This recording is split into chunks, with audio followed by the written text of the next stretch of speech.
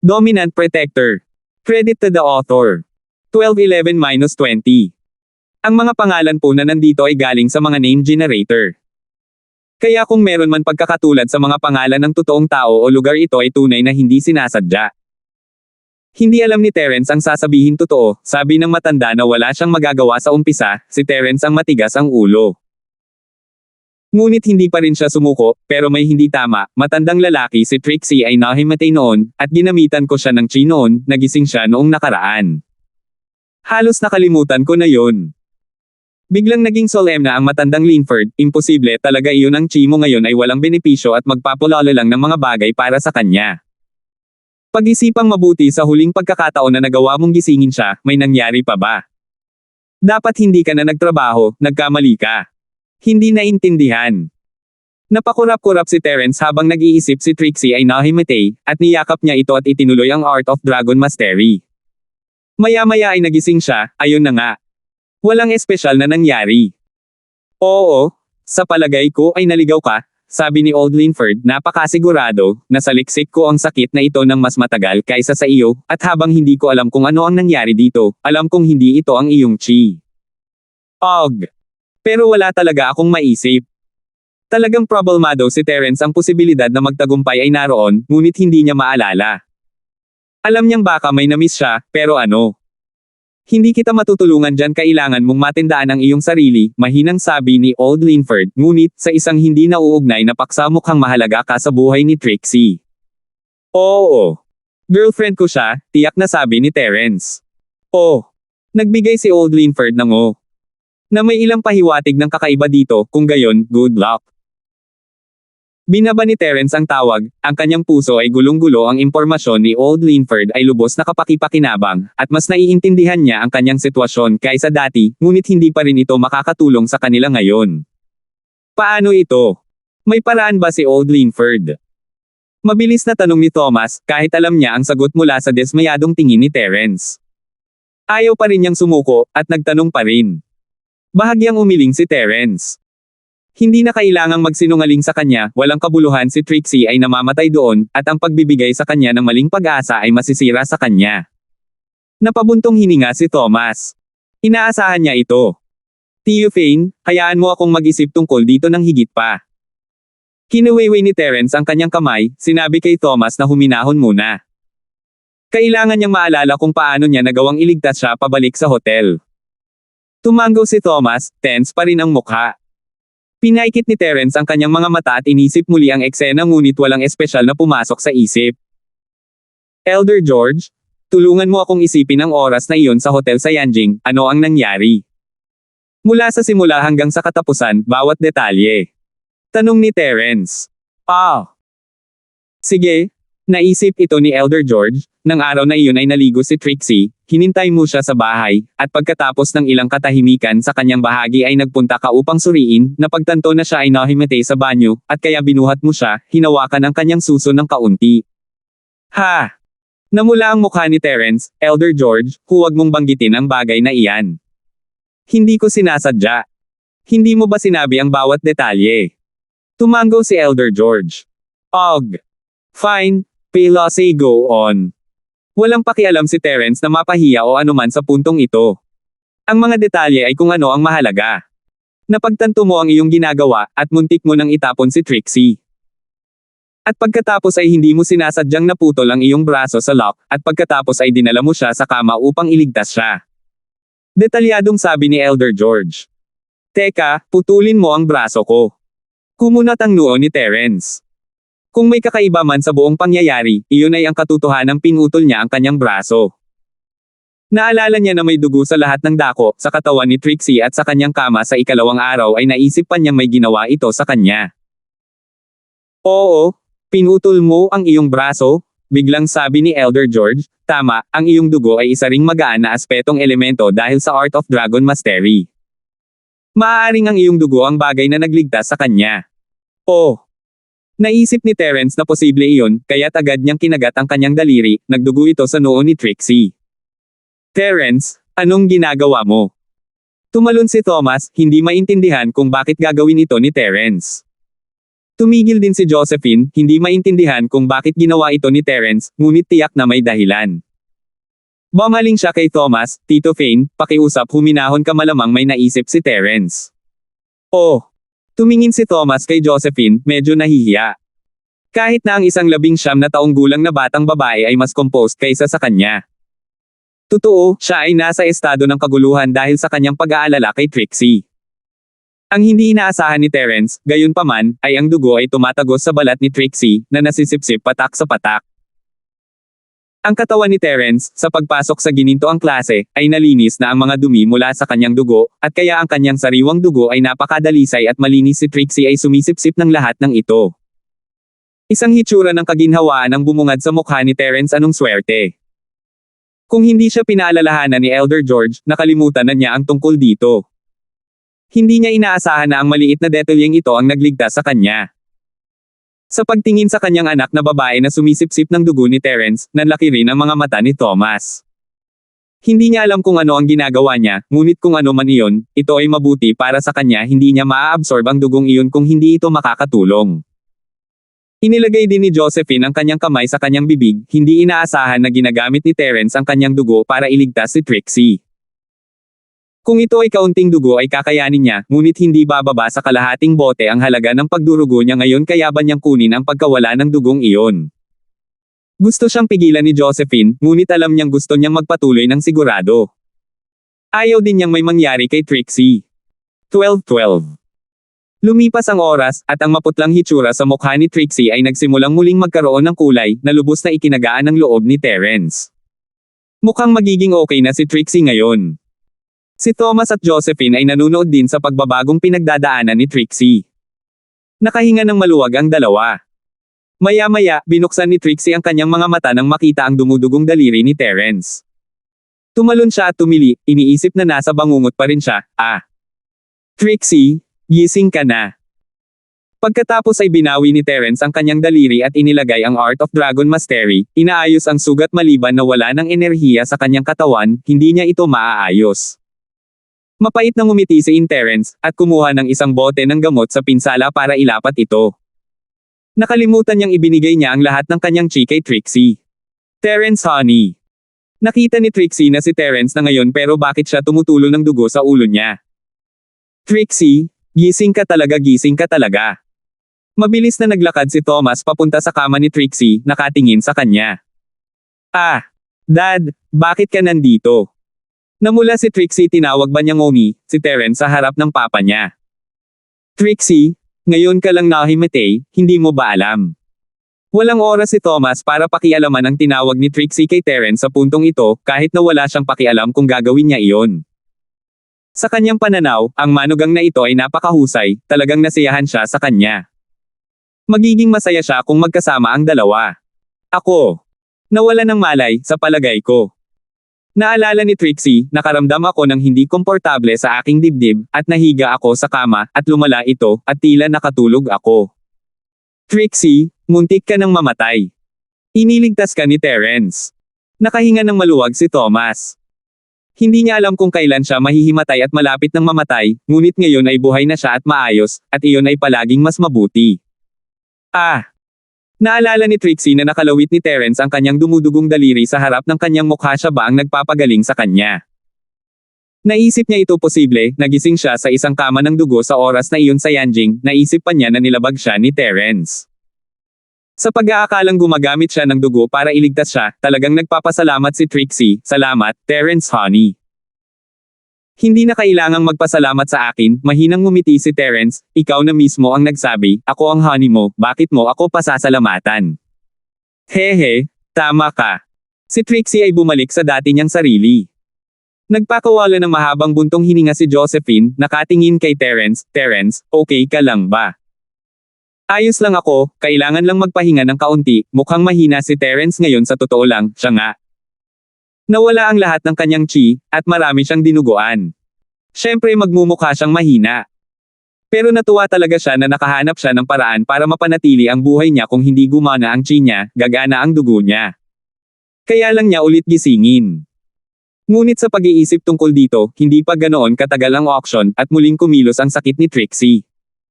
Si Terence ay hindi masyadong optimistic tungkol dito kailan kaya lalabas muli ang sakit, at gagana kaya ang kanyang dugo sa puntong iyon. Sa pagkakataong ito, medyo tumagal pa ng dugo. Ang huling pagkakataon na ito ay isang hindi sinasadyang pagkayod, at ito ay gumana kaagad sa pagkakataong ito ay tumagal ng higit pa. Maliban sa pagod, mukhang maayos naman si Terence. Tumango si Josephine. Josephine, kasama mo si Trixie saglit, matutulog na ako at magpapahinga, mabigat na. Naramdaman ni Terence na ang kanyang mga talukap ay lumalaban sa kanya. Ang kanyang adrenaline at pag-aalaga kay Trixie ay nagpatuloy sa kanya, ngunit siya ay ganap na nagsisimulang mag-relax ngayon. Terence honey, gamitin mo ang higan ko. Iisa lang itong kama ko dito. Okay na ako. Umupo si Trixie mula sa kanyang kama. Nakatingin sa masiglang mukha niyang iyon, tumango si Terence, hindi siya tinatanggihan. Maayos na ito ngayon, at kaya nahulog siya sa kama, masigasig na pumasok sa Jade Space.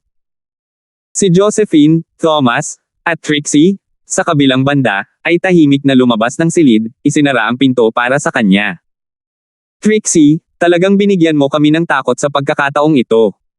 Tinapik-tapik ni Josephine ang kanyang dibdib habang tinitingnan ang masigla, karaniwan, si Trixie. Hehe, Josephine sis, nag-aalala ka ba talaga?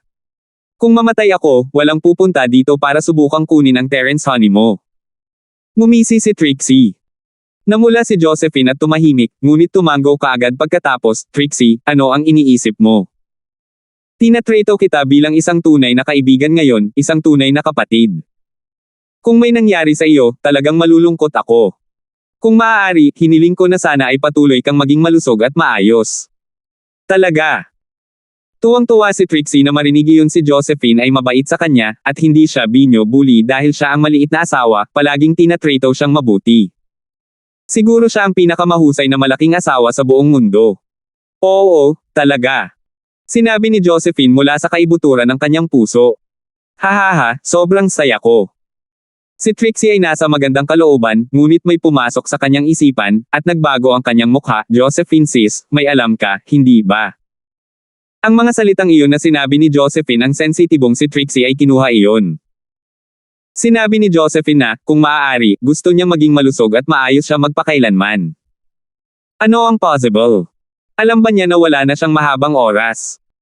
Huminto si Terence, hindi niya akalain na ganito pala kasensitibo si Trixie, napapansin pa niya ang problema sa kanyang mga salita ng ganoon. Hindi alam ni Josephine kung ano ang sasabihin kung sinabi niyang alam na niya mula pa kanina, hindi ba niya iisipin na naawa sila sa kanya? Hindi niya alam kung ano ang sasabihin. Ako iyon sinabi ko sa kanila ang lahat ngayon lang. Nagsalita si Thomas, Trixie, inatake mo talaga ako sa puso, akala ko iiwan mo na kami ng tuluyan, kaya. Sinabi ko sa kanila ang lahat. 12:13. Si Thomas ay nakikinig sa kanilang pag-uusap ng may pusong puno ng pasasalamat kay Josephine. Nakaramdam siya ng kasiyahan para sa kanyang anak, nakilala ang isang taong makatuwiran at mabait tulad ni Josephine bago ang mga huling araw ng kanyang buhay. May ibang umaasa na umalis siya sa lalong madaling panahon. Mabilis niyang ipinaliwanag ang sitwasyon nang mapansin niyang malapit ng mag-isip ang kanyang anak. Ayaw niyang isipin ni Trixie na naawa sa kanya sina Terence at Josephine. Tumalon si Trixie, dapat lang. Kaya alam ni Terence honey at Josephine sis. Napabuntong hininga siya, so be it, kailangan nilang malaman sooner or later, mas madali na ngayong nagpaliwanag ang kanyang ama. Kung hindi, hindi niya alam kung paano ito sasabihin kay Terence. Ito ang nasa isip niya, palagi siyang sinisisi, ayaw niyang maranasan ni Terence ang sakit na ay dudulot ng kanyang kamatayan, ngunit hindi niya maalis ang sarili mula sa masayang panaginip na ito. At kaya talagang nabagabag ang puso ni Trixie, ayaw niyang iwan siya, ngunit wala siyang pagpipilian. She lived in self-blame and suffering all the time, always waking up to nightmares. Plus, hindi lang siya nagkaroon ng boyfriend na katulad ni Terence, meron din siyang nakatatandang kapatid na babae tulad ni Josephine na maganda ang pakikitungo sa kanya. Pagkakaibigan, pag-ibig, nasa kanya ang lahat, ngunit ayaw niyang mawala ang mga ito. Ngayong sinabi ng kanyang ama kina Josephine at Terence, mas gumaan ang pakiramdam ni Trixie. Josephine sis, hindi mo ako masisisi, di ba?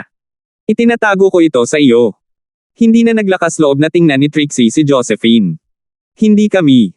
Sa katunayan, nakikiramay kami sa iyo.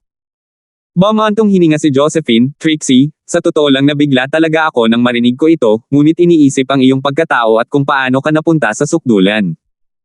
Nagkaroon kami ng koneksyon. Alam mo naman na wala ka ng masyadong oras, kaya nabuhay ka ng ganyan, tama? Oo. Tumango si Trixie. Natural lang sa kanya na magkaroon ng ganoong conclusion pagkatapos malaman ang katotohanan. Ngunit kailangan mong magtiwala kay Terence, hahanap siya ng paraan para siguradong gumaling ka. Nang akala nating lahat ay wala ng pag-asa, binago niya ang lahat at ibinalik ka. Hinihikayat ni Josephine. Oo, naniniwala ako sa kanya. Tumango si Trixie, ngunit hindi pa rin niya magawang tingnan si Josephine. Terena, magluluto tayo ng pagkain kay Terence. Magugutom siya kapag nagising siya, hindi tayo nakakain ngayon. Sabi ni Josephine habang hawak niya ang mga kamay ni Trixie. Okay. Masayang sinabi ni Trixie, mahilig siyang maghanda ng mga pagkain na puno ng pagmamahal para kay Terence. Medyo hindi makapaniwala si Thomas nang makita niya kung gaano kahusay ang pagsasama ng dalawa, talaga bang namuhay ng payapa ang dalawang babaeng ito nang walang anumang away. Ngunit ito ay kung ano iyon, at kailangan niyang paniwalaan ito. Si Josephine ay tunay, masasabi niya. Marahil ay ginawa ni Josephine ang kanyang ginawa noong una dahil naawa siya sa kanya, ngunit ngayon, maliban sa simpatiyang iyon, binigyan niya si Trixie ng tunay na pagkakaibigan at pangangalaga. Alam ni Thomas na hindi na siya dapat manatili pa rito. Tumikim siya, Trixie, aalis na ako. May gagawin pa ako. Okay, see you. Gusto ni Trixie na umalis din ang kanyang ama, napakaraming bagay na hindi niya masabi sa harap niya. Tumingin si Thomas kay Jasper, at naintindihan din niya.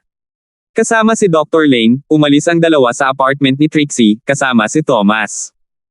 Pagsara ng pinto, tanging si Josephine, Trixie, at ang natutulog na si Terence na lang ang naiwan. Josephine says, actually, ayoko talaga kayong iwan guys, ayoko talaga. I think that's the biggest gift that I was able to meet you guys before my final days. Sabi ni Trixie habang nilalabas ang mga gamit sa kusina, emosyonal. Ako rin, Trixie.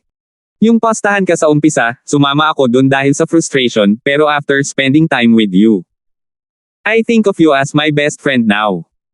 Same time ding sinabi ni Josephine, at naisip ko kung maaari, maaari tayong mabuhay ng magkasama magpakailanman. Okay. Buong lakas na tinanggo ni Trixie ang kanyang ulo, gusto kong magkaroon ng big sis sa natitirang bahagi ng aking buhay. Haha. Sige, iwaksi na natin ang malungkot na kaisipan at gumawa ng pagkain. Sabi ni Josephine. Sige. Nagsimulang maging abala si Trixie. Sa pagpasok sa Jade Space, masigasig na sinimulan ni Terence ang sining ng Dragon Mastery, sakam na sinisipsip ang lahat ng enerhiya sa loob ng Jade Space. Hindi lang kailangan niyang bumawi mula sa pagkawala ng dugo, kailangan din niya ng mas maraming chi para mabawi ang kanyang lakas. Umiling si Elder George habang nakatingin kay Terence, medyo nahulog ka na sa kanya, hindi ba? Hindi ba ito masyadong malaking kawalan sa pagkakataong ito?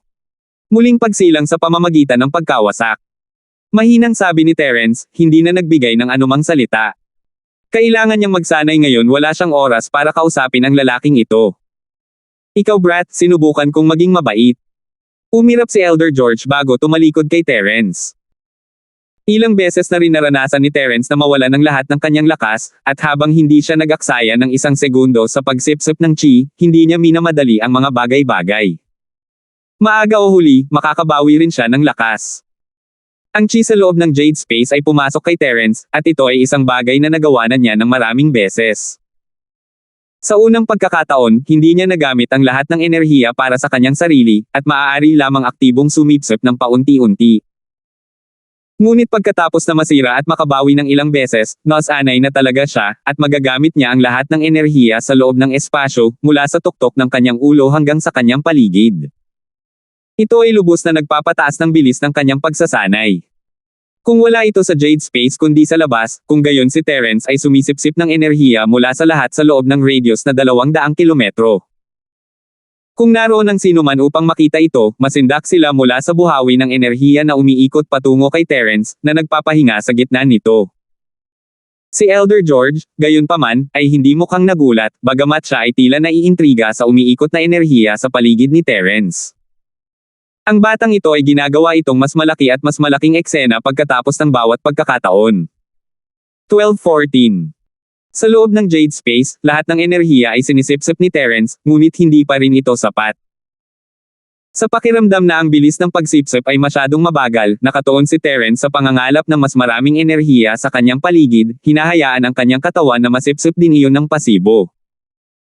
Unang tinulungan ni Terence ang kanyang katawan na makabangon sa pamamagitan ng pagtaas ng rate ng produksyon ng dugo. Hindi ito isang mahirap na proseso at halos kapareho ng noong inayos niya ang kanyang sarili pagkatapos masugatan. Nang gumaling ang kanyang katawan, nagsimula siyang mabawi ang kanyang lakas para siyang isang malaking tangke na walang laman, na nilalamon ang malalaking tipak ng enerhiya.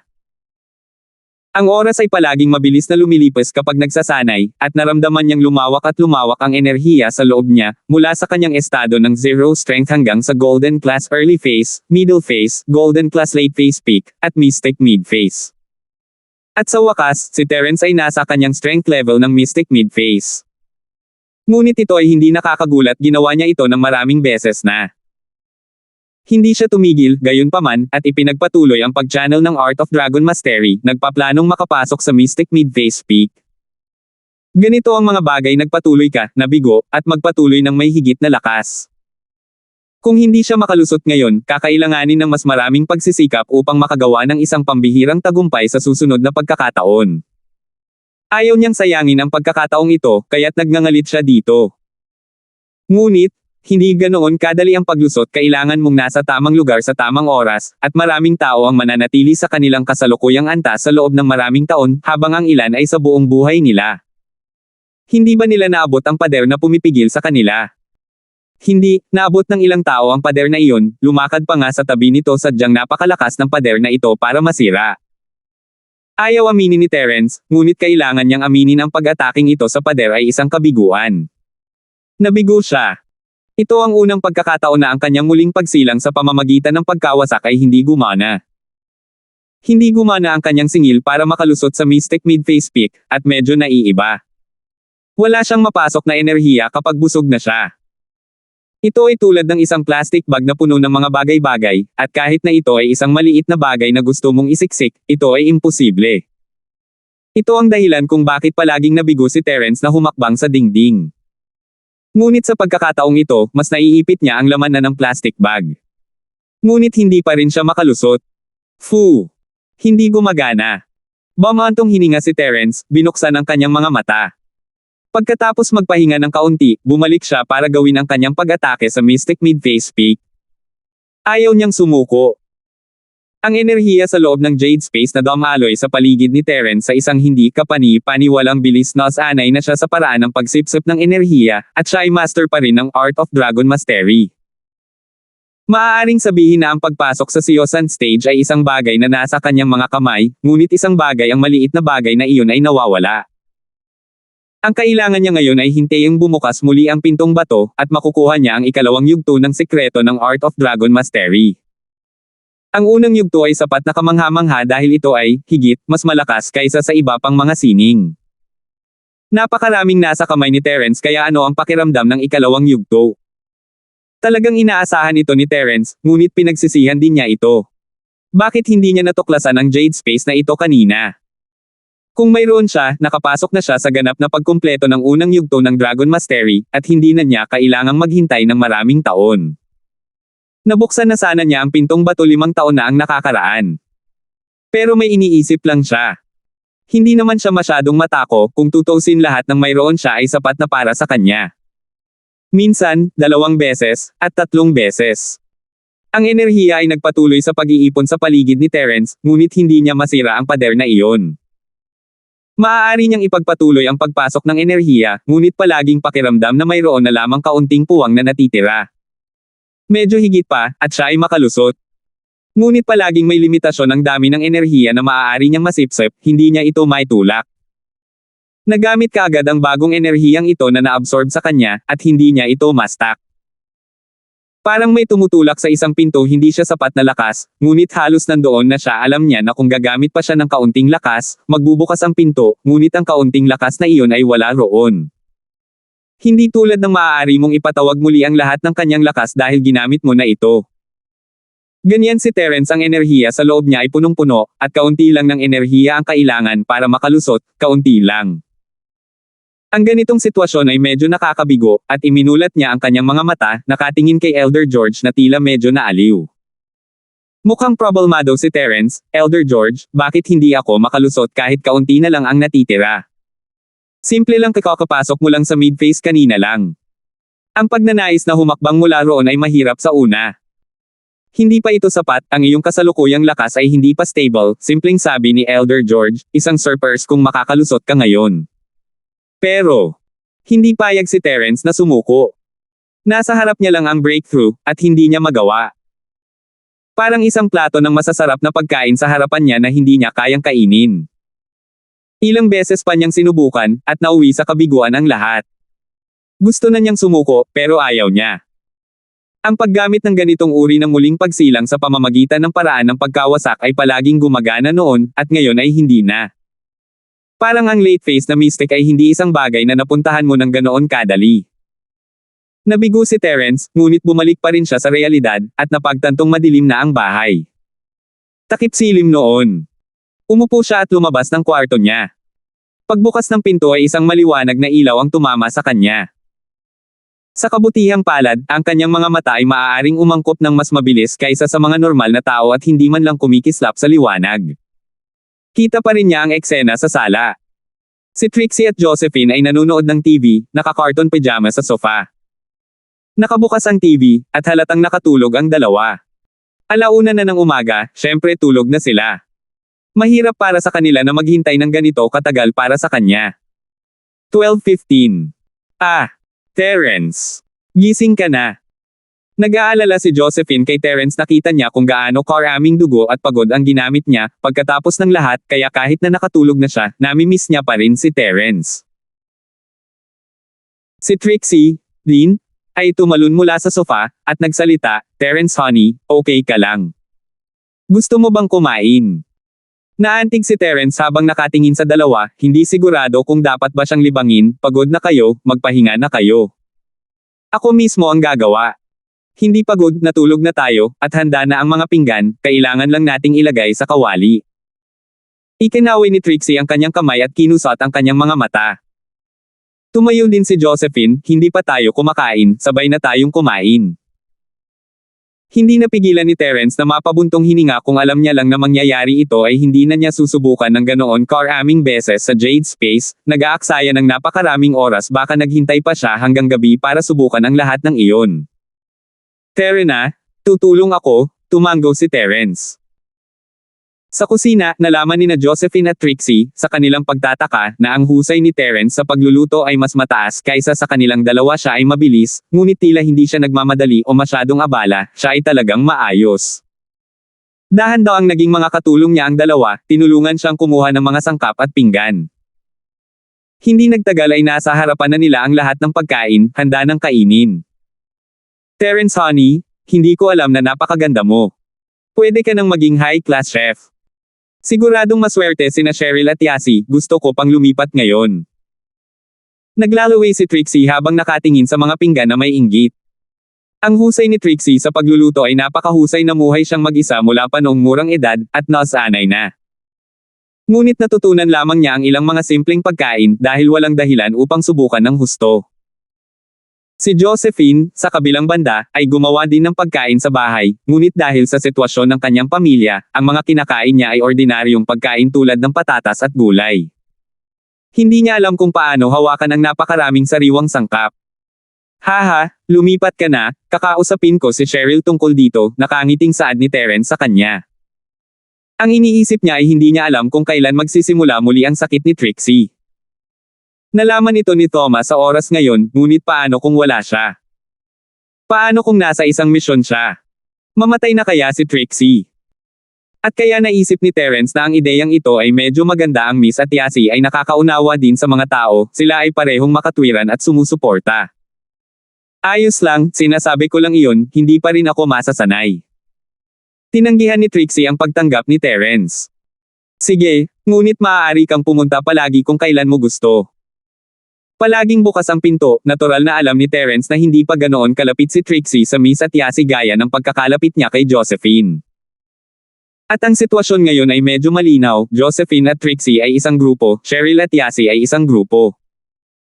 Ang dalawang paksayon ay payapa na ngayon, ngunit mararamdaman pa rin ni Trixie na higit pa sa bilang sa harap ni Yasi at Cheryl. Tama, Terence, dapat mong tawagan sina Cheryl at Yasi. Tumawag sila noon kapag nakita nilang hindi ka bumalik, at sinabi ko sa kanila ang nangyari. Nag-aalala talaga sila sa iyo, at gusto nilang tawagan mo sila at sabihin sa kanila na okay ka kahit anong oras na. Biglang naalala ni Josephine ang nangyari. Okay, tumango si Terence at kinuha ang kanyang telepono. Hello, Terence. Kinuha naman agad ni Miss. Oo, ako ito. Nagising ako, ayos na ako. Magpahinga na kayo ni Yasi, sa Trixie's ako mamayang gabi, sabi ni Terence. Sige, ikaw na bahala kay Trixie, matutulog muna kami ni Yasi. Halatang pagod si Cheryl, base sa boses niya. Naantig muli si Terence, ang mga tao sa paligid niya ay sobrang nagmamalasakit sa kanya. Ang Miss ay hindi mahusay sa boses na pag-aalaga, ngunit siya ay maaaring pakiramdam na ito ay doon. Ang bahay ni Trixie ay mayroon lamang isang maliit na kama at isang maliit na sofa, halos hindi kayang hawakan ng isang tao. Masasabi ng isang tao na hindi papapasukin ni Trixie ang sinumang random na tao kahit na siya ay nakatira mag-isa, at wala siyang kaibigan noon at kaya walang bibisita. Doon lang siya nakatira mag-isa. Pagkatapos ay lumitaw ang problema, mayroon lamang isang kama, paano nila ito pinaghiwa-hiwalay? Trixie, I think you should sleep on the bed. Josephine and I will sleep on the living room's floor, malinis naman ta. Lalagyan na lang namin ng kutson. Iminungkahi ni Terence. Josephine, bisita ka? Syempre hindi kita matutulugan sa lupa, doon ako matutulog, ikaw ang kunin sa kama. Sabi ni Trixie pagkatapos ng ilang sandali. Trixie, kailangan mo pang gumaling, ayaw naming nilalamig ka sa lupa, ngumiti si Josephine, gusto mo lang yakapin ka ni Terence sa lupa, di ba? Eh hindi. Namula si Trixie matapos ma-expose. Haha, baka sa sofa ako matutulog, at si Terence ay maaaring matulog sa lupa sa tabi ng iyong kama. Syempre, alam ni Josephine ang tungkol sa iniisip ni Trixie. Bagaman, labis niyang inaabangan ang karanasang iyon kay Terence mismo, hindi lang ito ang oras para makipag-away kay Trixie dahil dito. Sino ang nakakaalam kung gaano siya katagal umalis? At kaya palaging ibibigay ni Josephine sa kanya ang mga magagandang bagay, ito ay ang hayaan siyang mamuhay ng buo. Iyon. Medyo. Talagang anabangan ito ni Trixie. Mula noong panahong iyon na nagpalipis siya ng gabi kasama si Terence, iniisip niya kung kailan niya mararanasan muli ang napakagandang oras. Ngayong gabi ang oras. Pakiramdam niya ay ligtas siya sa tabi ni Terence. Pagkatapos ay iyon. Nakangiting pagtatapos ni Josephine, bilasan mo at matulog, may pasok pa tayo bukas. Dahil doon, tumayo si Josephine at naglakad patungo sa sofa. Hindi napigilan ni Trixie na sumama nang makita niyang umalis si Josephine, na asim ang pakiramdam niya. Sinubukan pa niyang pagsamantalahan si Josephine para tuparin ang kanyang pangako at pilitin ang sarili sa relasyon, at ngayon ay malinaw na si Josephine ay isang napakabait na babae. Hindi niya dapat ginawa iyon.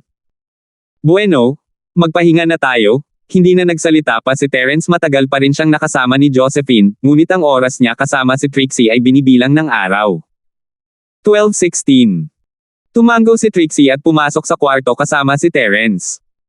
Gusto niyang makisalo sa kama, ngunit ang kama ay napakaliit para sa dalawa, kailangan nilang magkayakap, at ang postura na iyon ay talagang masyadong matalik. Gusto niya si Terence, ngunit ang pag-iisip na magpalipas ng gabi kasama siya ng ganoon ay nagdulot ng pamumula sa kanyang mukha.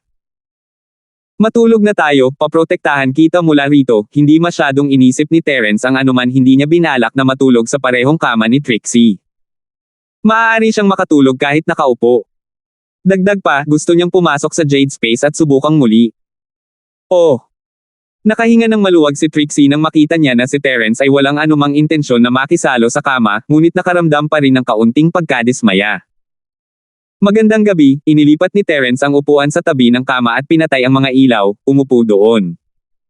Nakahiga si Trixie sa kanyang kama ngunit hindi nakapikit. Sa dilim, ang kanyang mga mata ay patuloy na lumilipat kay Terence, iniisip na hindi siya nakakakita. Ngunit ang paningin ni Terence sa dilim ay mas maganda kaysa sa sinuman. Bakit hindi ka patulog? Natuwa si Terence sa gumagalaw na mga mata ni Trixie. Ah! Paano mo nalamang gising ako? Huminto si Trixie. Dahil nakikita-kita, walang magawa si Terence. Ah, ang galing mo, Terence honey. Sinabi ni Trixie, mayroon ka bang maalamat na mga mata ng apoy na mayroon ng hari ng unggoy? Medyo natahimik si Terence, ako ay isang practitioner, kaya syempre nakikita ko ang mga bagay sa dilim. I see.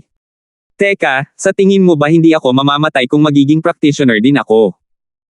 Ito ang unang pagkakataon na napag-usapan niya ang bagay na ito kay Terence ngayong alam na niya, wala na siyang dahilan para itago pa. Iyan ay. Posible iyon, mapait na ngumiti si Terence, ngunit ang oras ay hindi talaga sapat kung nagsimula ka sa pagkabata ay posible pa rin, ngunit ngayon. Kanina, kinuha ni Josephine ang pagkakataon ng si Trixie ay kumukuha ng bigas para sabihin kay Terence na nalaman ni Trixie na alam nila ang tungkol sa kanyang sitwasyon. I see. Medyo nadismaya si Trixie hindi natapos magsalita si Terence, pero alam na niya ang sagot. Huli na para magsimula ngayon, ito ay walang kabuluhan. Trixie, naniniwala ka ba sa akin? Huminga ng malalim si Terence. Siyempre gusto ko. Tumango si Trixie, medyo nalilito. Mapapagaling kita for sure. Hindi ka mamamatay, tandaan mo ang mga salitang ito. Kaya magsaya ka araw-araw, huwag mo nang masyadong isipin, sobrang solemn na ng mukha ni Terence habang sinasabi ito hindi lang niya gustong paginhawahin ang pakiramdam niya, gusto niya talagang lutisin ang isyong ito. Oo, syempre naniniwala ako sa'yo. Aabangan ko yung araw na yon. Haha. Si Trixie, natural, ay hindi makita ang hitsura sa mukha ni Terence at ipinagpalagay na sinusubukan lang niyang aliwin siya. Ngunit tinanggap na niya ang kanyang kapalaran, hindi siya mabibitin sa kanyang date. Magandang gabi, may pasok pa tayo bukas, ngumiti si Terence. Malamang hindi siya pinaniwalaan ni Trixie, pero ayos lang, ang punto ay may tiwala siya. Ano man ang mangyari, kailangan niyang humanap ng paraan para mapagaling siya, ano man ang halaga nito. Ipinikit ni Trixie ang kanyang mga mata, tama si Terence, may pasok sila at inaantok na siya.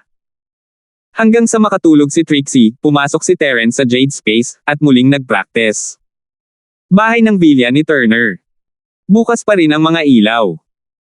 Sa sala, usok ang buong lugar, si Jimmy at Benny ay naninigarilyo sa sofa. God damn it! Ang mga taong ito ay siguradong masigasig kapag nag-aalok ng mga partnership. Sa sandaling pag-usapan natin ang paggamit ng ating pera para makapunta sa Pablo Industries, lahat sila ay umatras, sinabing wala silang masyadong movable funds. Pangalawa kapatid, sabihin mo sa akin, ano ang meron sa mga duwag na ito? Medyo asar si Jimmy. Ang mga kapatid ay binisita ang lahat ng kanilang mga kasosyo sa negosyo, at alinman sa wala silang anumang naitataas na pondo, o sila ay masyadong abala sa malalaking proyekto. Sa madaling salita, walang sumang-ayon sa kanilang plano na gumawa ng paglipat sa Pablo Industries. Kuya, huminahon ka, napabuntong hininga si Benny, ang totoo, ang mga taong ito ay kasosyo sa amin upang samantalahin ang aming tumataas na pangalan. Lahat ng negosyo sa amin ay tiyak na magre-resulta sa malaking kita. Pero, ang pakikipaglaban sa Pablo Industries, iyon ay isang panganib. Maaaring kailanganin silang mawala ng pera kung magkamali. Dagdag pa, ang Pablo Industries ay iba sa iba. Ang mga shares ay ang lahat ng mga Pablo, lalo na kung ang mga taga-Pablo ay kumukuha ng mga pangunahing bahagi, kung ang iba ay ang mga pangunahing taga-Pablo ay kumukuha ng mga shares, lalo na sa lahat ng mga Pablo. Stocks. Maaari lamang tayong maging isang maliit na shareholder sa Pablo Industries, at ang pakikipag-usap sa amin ni Old Wang ay nagpaisip sa akin na ang hakbang na ito ay hindi gagana. Kung gayon, ano ang gagawin natin? Susuko na lang ba tayo? Nasa ospital si Terence, at ang mga negosyo ni Pablo ay naghihintay lamang na kunin ito. Naramdaman ni Jimmy na ito ay isang basura. Wala tayong magagawa tungkol dyan, parehong nasa ospital sina Elder Pitts at Mr. Pitts, talagang napakalakas ng mandirigmang iyon, tinatamaan tayo sa oras na ito. Kahit na gusto nating kunin ang mga gamit ni Pablo, wala tayong lakas para suportahan ito. Napabuntong hininga si Benny, gusto rin niyang gawin ito sa mahirap na paraan, at kung gusto nating makakuha ng anuman mula sa kanya, kakailanganin nito ang tulong ni Elder Pitts at Master Pai. Sayang naman. Medyo problemado si Jimmy. Ayos lang, maghahanap tayo ng pagkakataon sa hinaharap. Darating ito kapag umalis na ang mga Pitts sa ospital, sabi ni Benny, malapit nang magsimula ang pagpupulong ng mga marangal na bahay, at kailangan nating ayusin ang lahat. Tayo, House Turner, ay makakakuha ng magandang pwesto sa pagkakataong ito, mas mababa lamang sa upuan ni House York. Oo, tama ka. Bukas pupunta ako sa Yanjing para bisitahin si Sisi Leon. Tumango si Jimmy. Ang paghihiganti ni House Turner ay kailangang itigil doon, kailangan nilang maghintay ng mas angkop na oras bago ibigay ang kamatayang dagok sa mga Charlton. Kasabay nito, sa bahay ni Claire. Si Randy ay abala sa pag-aayos ng mga bagay kasama ang kanyang asawa, parang panaginip lang. Healed, ganun lang. Kagat ng leon, gumaling. Laking gulat ni Randy nang makita niya ang eksena, dahil hindi niya ito tinanggap bilang bahagi ng realidad hanggang sa pag-uwi niya. Bakit ka nakatingin sa akin? Nagiging hindi komportable si Miss York, si Randy ay patuloy na nakatitig sa kanya. 12:17. It's nothing. Okay ka lang talaga ngayon. Hindi masakit. Hindi pa rin naniwala si Randy. Anong klaseng tanong yan? Pwede ba akong maglakad-lakad kung hindi ako okay, mag-aayos ba ako ng bahay? Sabi ni Miss York, medyo irritate. Talaga bang naayos ito ng amo ni Galton? Hindi ba't napakaraming himala iyon? Hindi pa rin makapaniwala si Randy. Wala ka ba doon? Pwede bang itigil mo na ang pagtatanong sa akin ng mga kalokohang tanong na ito? Hindi alam ni Miss York kung dapat ba siyang libangin. Wow! Ang ganda talaga ngayon, himala na. Napabulala si Randy, napakamangha talaga ng amo ni Galton, kailangan natin siyang i-treat ng masarap na pagkain sa lugar natin kapag may oras siya. May binabalak ka na naman bang masama? Umirap si Miss York. Siyempre hindi iniisip ko lang, napakalakas ng amo ni Galton kaya hayaan natin siyang pagsamahin sina Galton at Claire. Paliwanag ni Randy. Ayos lang, akala ko gusto mong makasama siya ni Claire. Nakahinga ng maluwag si Miss York. Kahit gusto ko, hindi siya magkaka-interes sa Claire natin.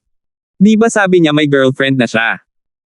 Umiling si Randy, napag-isipan ko na ang mga bagay-bagay pagkatapos ng oras sa arena, kailangang magpasalamat sa kung ano ang mayroon siya, at pahalagahan kung ano ang mayroon siya sa halip na magpantasya sa mga hindi makatutuhanang bagay. Ang Claire na makahanap ng isang tulad ni Galton ay talagang isang kamangha-manghang bagay na para sa isang tulad ni Terence, maaaring hindi rin gusto ni Claire ang kanyang uri. Ikaw sa wakas naging praktikal ka na. Kung kanina ka pa naging ganito, hindi ka sana na-scam. Walang magawang umiling si Miss York. Kung hindi ako na-scam ay hindi natin nakilala si Galton, at hindi tayo magkakaroon ng ganoon kagandang buhay ngayon. Tuwang-tuwang sabi ni Randy. Kasabay nito, sa silid ni Claire, si Galton ay naglalagay ng seryosong tingin. Oras na para seryosong kausapin si Claire tungkol dito. Mukhang hindi si Galton, ngunit naiintindihan niya ang nangyayari, hindi siya tanga. Jaime, ano ang tawag mo sa akin? Medyo nahihiya si Claire, nakayuko ang ulo habang iniiwasan ang eye contact at sinabunutan ang shirt niya, kinakabahan. Mag-isa lang ang dalawa sa kwarto, at natatakot siya na baka tumawid pa si Galton sa linya. Ako. May importante akong sasabihin sa'yo. Seryosong sabi ni Galton pagkatapos ng paghinto. Ano? Ano yon? Claire tensed up, wala naman siyang balak mag-confess, di ba? Nagkaroon nga ang dalawa ng ganoong klase ng vibe sa paligid nila, ngunit hindi ito napag-usapan. Ngayon ba ang araw? Claire, pagkaraan ng ilang sandali, kailangan ko pang bumalik sa dati kong lugar. Nagsalita si Galton. Ha? Hindi inaasahan ni Claire na ang unang salita ni Galton ay ang pag-aanunsyo ng kanyang pag-alis. Hindi niya alam kung paano magre-react, ayaw niyang umalis siya. Nagkaroon na siya ng damdamin para sa kanya. Claire, may mga dahilan kung bakit kailangan kong bumalik. Mayroon akong isang tanong sa hinaharap, papayag ka bang bumalik sa akin? Sabi ni Galton habang nakatingin kay Claire. Ako. Claire was at loss of words, itong si Galton ay masyadong direkta, hindi ba? Sino ba naman ang kumausap ng ganyang babae, hindi pa nga siya umaamin, at gusto na niya itong balikan. Hindi ba masyadong mabilis iyon? I know that. A girl like you who grew up in the city, of course you wouldn't want to go back to some small village with me. Medyo napangiti si Galton sa sarili nang makita ang reaksyon ni Claire, ayos lang, magkunwari tayong wala akong sinabi. With that, tumayo siya at umalis. Si Galton ay hindi tanga, ngunit siya ay nagmamadali sa mga conclusion dahil sa kanyang pagiging prangka. Ang katahimikan ni Claire ay nakita niya bilang isang pagtanggi, at upang maiwasan ang awkwardness, nagpasya siyang umalis sa lalong madaling panahon, baka hindi sila maging magkaibigan sa hinaharap. Natigilan si Claire, what on earth? Hindi man lang sila nakadalawang sentence at aalis na siya. Anong ibig niyang sabihin, ayaw niya? Paano niya nalaman ang gusto niya, sinasagot ba niya ang sarili niyang tanong bago niya magawa? Jaime, bastard ka. Nagpapanik si Claire, tumigil ka dyan. Ako. Si Galton naman ang natigilan, hindi niya akalain na magagalit ang maamong Claire, masigawan pa siya. Mabilis siyang lumingon at tinignan siyang mabuti, hindi sigurado kung ano ang nangyayari.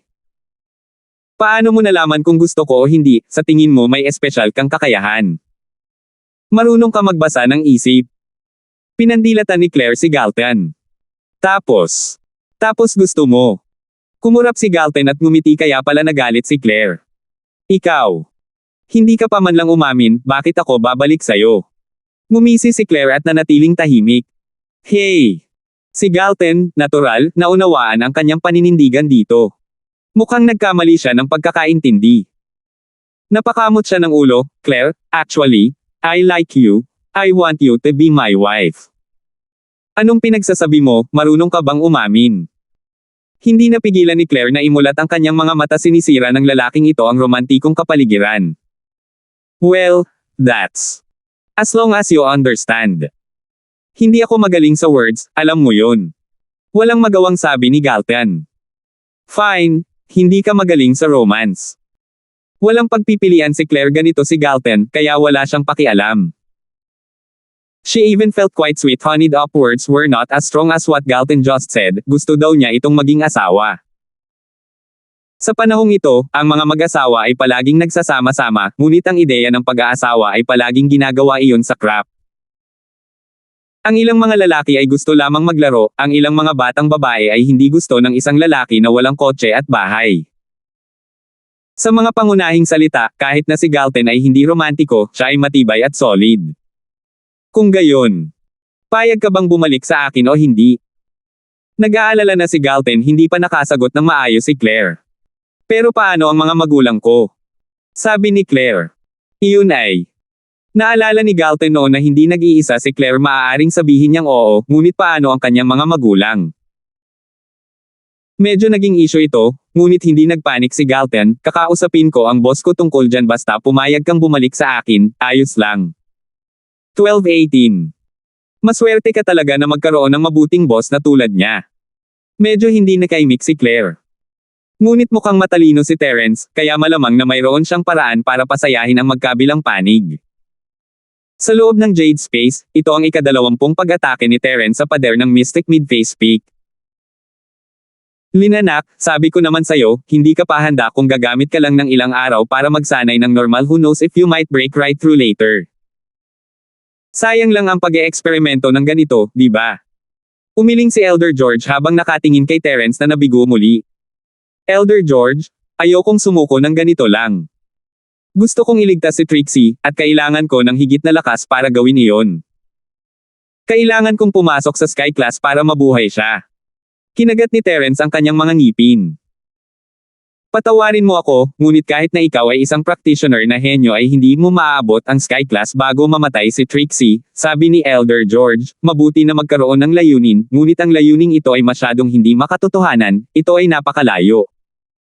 Hindi mapigilan ni Terence na mapangiti ng mapait. Totoo yun, sinusubukang makarating sa Sky Class sa lalong madaling panahon para mailigtas niya si Trixie. Ito ay tila hindi praktikal sa lahat. Mystic Mid-Face pa lang siya, at may Earth Class pa sa pagitan nila.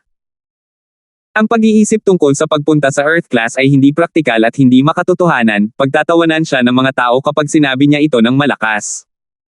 At iniisip niya ang Sky Class. Totoo ang mga salita ni Elder George, kahit na siya ay isang henyo, walang paraan na makakapasok siya sa Sky Class bago mamatay si Trixie. Sa madaling salita, kahit na pumasok siya sa Sky Class para panatilihing buhay si Trixie, hindi pa rin niya ito mapapagaling.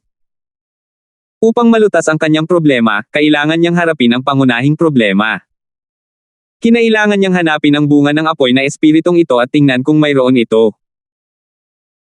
Kung gagawin ito at hahayaan itong kainin ni Trixie, maaaring pigilan ang madilim na aura at magkakaroon siya ng maraming oras upang makahanap ng sining ng Dark Aspect Practitioner. Sa kanyang patnubay, mas mabilis siyang makapagsanay. Salamat. Tumango si Terence sa sandaling iyon, pinag-isipan na niya ang lahat. Ayaw ko lang na makita kang nagtatrabaho ng walang kabuluhan, iwinagayway ni Elder George ang kanyang kamay. Ngunit gusto ko pa ring mag-breakthrough. Hindi lang kailangan kong gawin ito para iligtas si Trixie, kailangan kong gawin ito para sa sarili ko masyadong malakas ang mga kaaway ko, kailangan kong lumakas. Sabi ni Terence. Shit! Nakikinig ka ba? Inilibot ni Elder George ang kanyang mga mata, mabuti, kung gusto mong gumawa ng walang kwentang bagay, gawin mo na. Kung makakalusot ka ngayon, sasabihin ko sa iyo ang malaking benepisyo. Isang malaking benepisyo. Lumiwanag ang mga mata ni Terence, ito ang sinasabi ni Elder George, hindi ito maaaring isang pangkaraniwang kalamangan.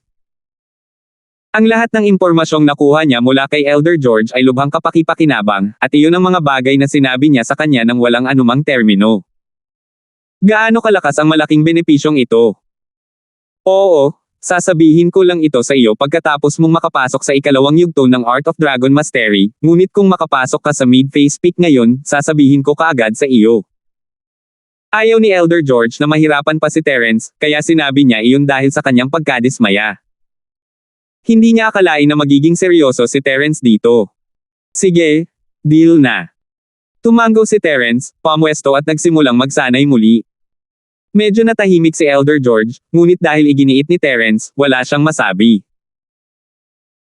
Inihatid ni Terence ang Art of Dragon Mastery at inilipat ang enerhiya sa loob ng Jade Space, naging dalubhasa na siya sa paggawa nito, bagaman, nang malapit na siya sa breaking point, nagresulta pa rin ito sa pagkabigo.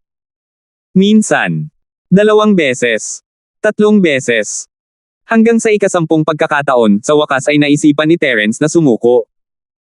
Mukhang tama si Elder George, wala pa siya, may natitira pa siya bago siya nasa full mystic mid-phase. Ang maliit na iyon ay maaaring tawaging kaunti, ngunit ito ay talagang isang malaking agwat. Ngunit sa pag-iisip sa malaking pakinabang ni Elder George, sinimulan niya itong pangangati.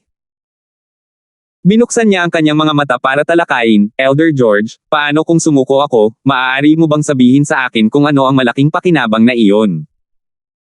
Sabi ko, Linford anak, ano ang kinalaman sa akin kung sumuko ka o hindi?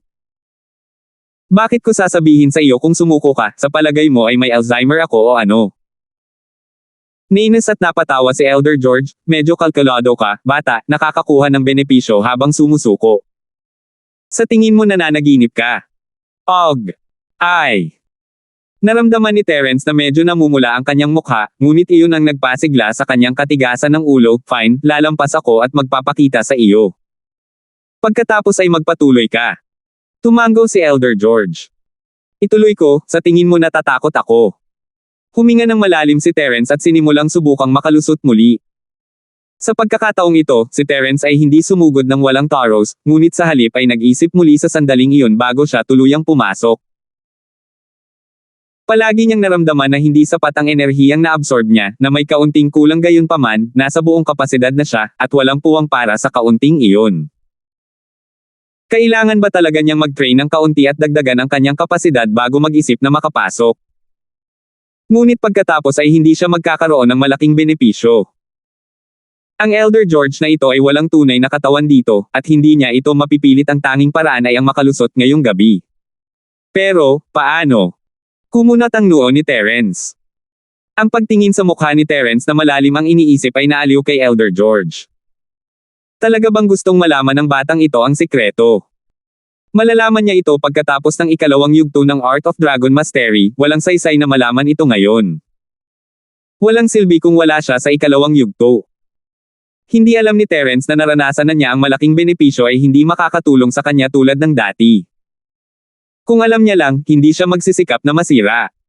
Medyo higit pa. Paano siya makakakuha ng kaunting lakas? Bigla na lang siyang nakaramdam na parang may nahawakan siya, nagbago ang mukha niya. 12:19. Posible ba talaga ito? Kahit ano pa, kailangan niyang subukan muna. Si Terence ay may nakatutuwang ideya. Medyo delikado ito, ngunit kung posible, magkakaroon siya ng paraan ng pag-level up na hindi sa tradisyonal na paraan. Ito ay isang nakakabaliw na pagtuklas. Nangangahulugan ito na kung magtagumpay ito, hindi na niya kailangang maabot ang buong kapasidad ng yugto ng klase na kanyang ginagalawan, maaari siyang makalusot kahit na may kaunting kulang. Nagsimula siyang nasa sabik, ngunit na-tense din hindi ito karaniwang paraan, pagkatapos ng lahat, ito ay isang mapanganib na pagsubok. Kung magdadala man ito ng mga benepisyo sa kanya o hindi ay hindi tiyak, ngunit iyon ay pareho para sa pinsala na maaaring idulot din nito. Kailangang mag-ingat si Terence dito, masama talaga kung masasaktan siya dahil dito. Ang kanyang ideya ay upang i-compress ang enerhiya. Magaling siyang gumawa nito sa enerhiya sa kanyang katawan, ngunit maaari rin niyang i-compress ang enerhiya sa labas.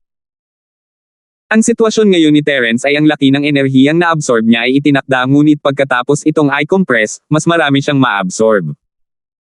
Ito ay tulad ng isang file sa isang computer, mayroong isang limitasyon sa disk na maaaring i-imbak ng computer. Ngunit ang mga nakakompress na file, gayunpaman, ay magagawang i-squeeze in dahil sila ay na-compress.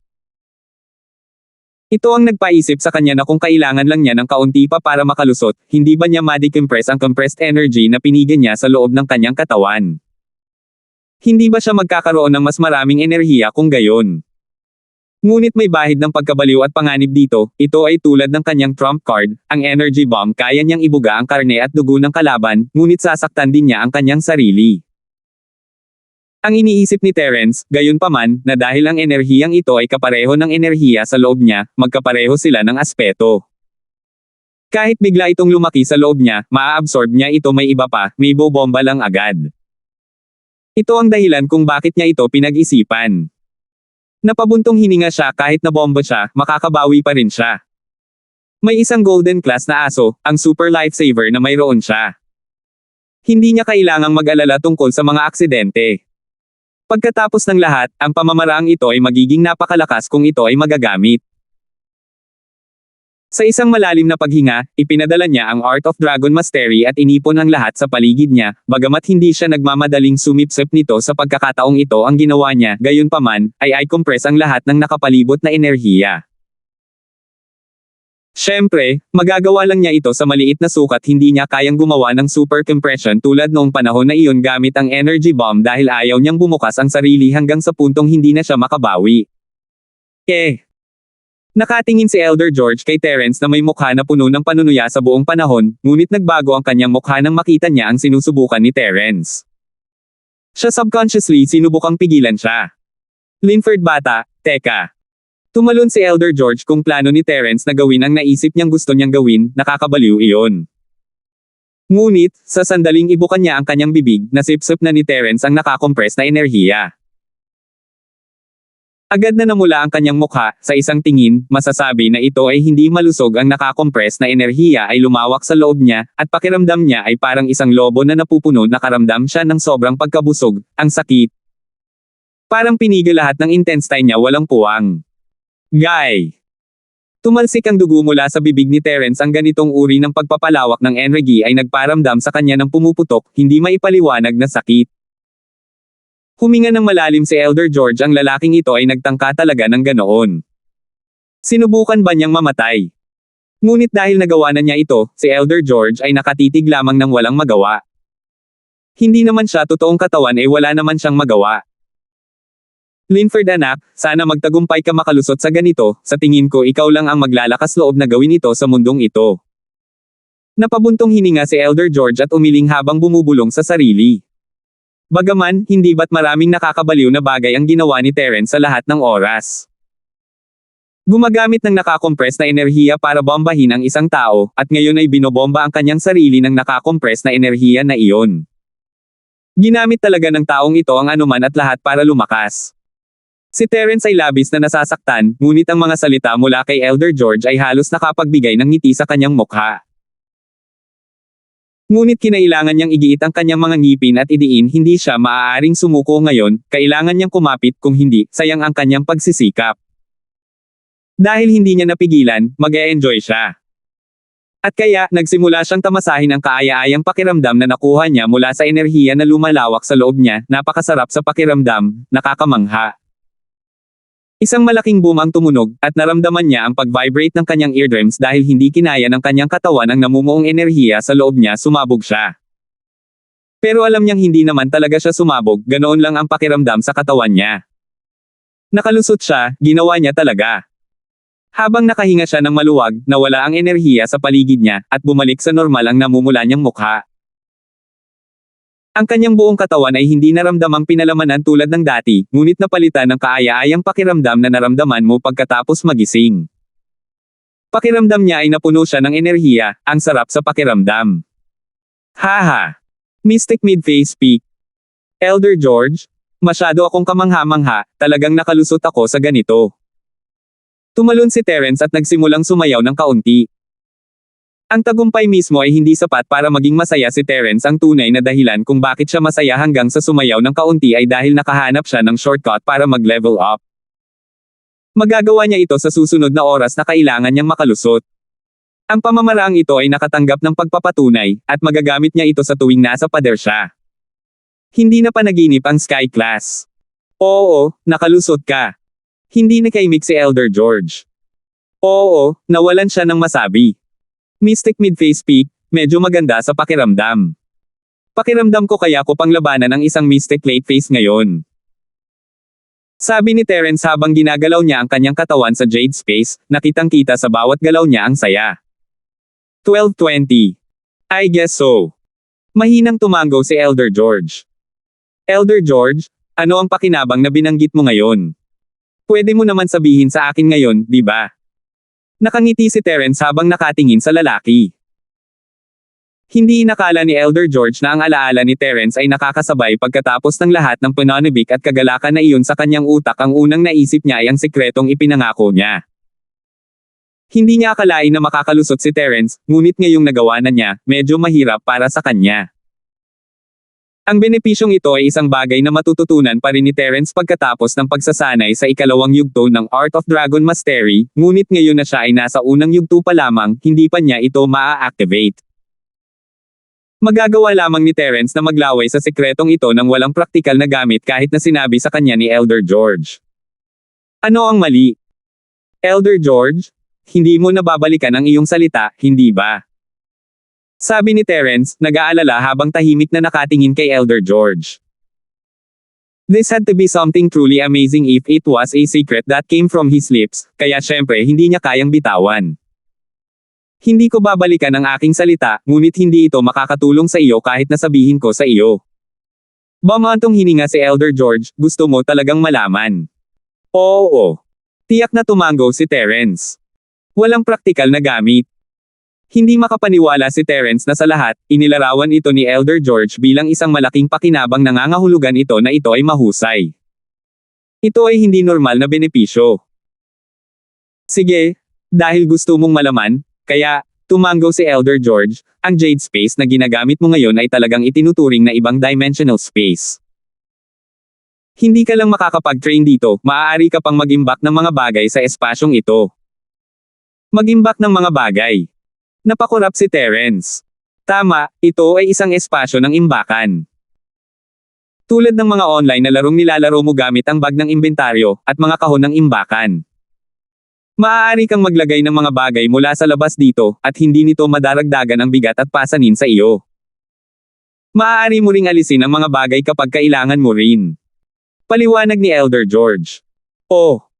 Laking gulat ni Terence matapos marinig ang paliwanag ni Elder George, para mailagay ko ang lahat ng gamit ko sa Jade na ito at gamitin ito bilang storage space. Sa teorya, tumango si Elder George. Ito ay isang mahusay na benepisyo pagkatapos ng lahat. Narinig ni Terence ang mga bagay na tulad nito, tulad ng mga storage ring o storage bag, mga mythic na item na umiiral lamang sa fiction at mga laro. Hindi niya inaasahan na magkakaroon ng isang storage item na tulad nito sa kanyang sarili. Sige, iyon ang pakinabang na sinasabi ko, sabi ni Elder George. Teka lang, Elder George, ano ang gagawin ko para maipasok ang mga bagay mula sa labas sa Jade Space? Hindi tulala si Terence, sinabi lang sa kanya ni Elder George ang function, hindi niya sinabi sa kanya kung paano ito gagawin. Hindi ko alam, umiling si Elder George, na parang wala siyang kinalaman dito. Ha? Kumurap si Terence, hindi mo alam. Oo. Sinabi ko sa iyo na sasabihin ko sa iyo ang tungkol sa isang benepisyo, hindi ko sinabing sasabihin ko sa iyo kung paano ito gamitin. Ngumisi si Elder George. Umirap si Terence, hindi alam kung ano ang sasabihin, ano ang silbi ng benepisyong ito kung hindi mo alam kung paano gamitin ito. Hindi ba ito ay katulad ng hindi pagsasabi sa akin? Maaari mong malaman kung paano ito gagawin pagkatapos mong buksan ang susunod na pinto ng bato at hanapin ang ikalawang yugto ng Art of Dragon Mastery. Ipinaliwanag ni Elder George, ito ay isang bagay lamang na dapat mong matutunan pagkatapos makuha ang ikalawang yugto, sinabi ko lang sa iyo ng maaga, iyon lang. Og. I see. Nabigo si Terence, ngunit anabangan din niya ito. Hindi man lang kalokohan ang sekretong sinabi ni Elder George sa kanya, ito ay isang bagay na praktikal at makakamit. Pagkatapos niyang mag-practice sa ikalawang yugto ng Art of Dragon Mastery, magagamit niya ito. Ang pag-iisip pa lang nito ay naramdaman niya kung gaano ito kapakinabang nagagawa niya rin ang ilang mga magic trick para kina Josephine at Trixie. Kung malalaman ni Elder George na gustong gamitin ni Terence ang benepisyong ito para gumawa ng mga magic trick, anong uri ng mukha ang gagawin niya? Ito ay isang bagay na pinangarap ng mga practitioner, at gusto ni Terence na gamitin ang hindi mabibaylang kayamanan na ito para gumawa ng mga magic trick. Oo, ang pagbubukas ng pintong bato ay hindi lamang pagbubukas ng pinto ng nag-iisa, binubuksan mo rin ang aking mga alaala. Sinabi ni Elder George, alam mo rin ito, ako ay isang guwang lamang, hindi ito ang aking tunay na katawan. Ang aking mga alaala ay medyo pinigilan at may mga paghihigpit din sa kanila, at habang ang mga pinto ay bumukas, mas marami akong maaalala. Pagkatapos mong buksan ang unang batong pinto, ang aking mga alaala tungkol sa mga bagay sa loob ng unang batong pinto na iyon ay nanambalik, kasama ang kaunting mga bagay mula sa pangalawang batong iyon kung bakit ko nalaman ang dahilan kung bakit ko nalaman ang pintong iyon. Nakikita ko. Tinanguan ni Terence ang kanyang ulo, sa wakas ay naiintindihan niya kung bakit ang alam ni Elder George ay mga piraso at piraso lamang tungkol sa mga lihim ng Jade. Kaya't maa-unlock ang kanyang mga memories kapag nabuksan ang mga pintuan ng bato, at ito rin ang dahilan kung bakit hindi siya sigurado nang tanungin niya siya tungkol sa pag-aandar ng pangdelikadong panganib na mayroon ng Jade. Marahil ito ay isa pang benepisyo na ibinigay ng Jade, kailangan lang niya maabot muna ang ikatlo o ikaapat na yugto ng Art of Dragon Mastery bago ito ihayag sa kanya. Ang function na ito tungkol sa storage, gayunpaman, ay naihayag ng mas maaga sa ilang kadahilanan. Sige, iyon lang ang masasabi ko. Nasa pangalawang kwarto ang mga detalye, huwag palampasin. Sabi ni Elder George. Naiintindihan ko. Tumango si Terence at inilagay ang benepisyong ito sa kaibuturan ng kanyang puso. Makakaapekto ito sa kanyang kalooban kung patuloy niyang iniisip ito sa lahat ng oras, at makakaapekto ito sa kanyang pagsasanay. Mas mahusay na hayaan ang mga bagay na dumaloy ng natural, dahil ang benepisyong ito ay mahuhulog sa kanyang mga kamay sa kalaunan. Inayos ni Terence ang kanyang emosyon at bumalik sa realidad mula sa Jade Space, tapos na ang pagsasanay ngayon. Pagkatapos lamang na makalusot, kailangan niyang patatagin ang kanyang lakas sa halip na isipin na lamang na masira ang buong araw, araw-araw. Pagkatapos ng lahat, hindi ka nagtayo ng mga skyscraper nang hindi tinitiyak ang katatagan bago umakyat. Pagsisikap at pahinga, ganyan ka sumulong. Pagbukas ng kanyang mga mata, nakita ni Terence ang kadiliman. Hindi pa umaga-gabi pa, nakitang-kita sa dilim sa labas. Sa pagtingin kay Trixie, na mahimbing na natutulog, isang ngiti ang lumitaw sa mga labi ni Terence. Ang babaeng ito ay mukhang medyo maganda kapag natutulog, masyadong. Salamat po at sinamahan ninyo ako, ingat lagi mga master.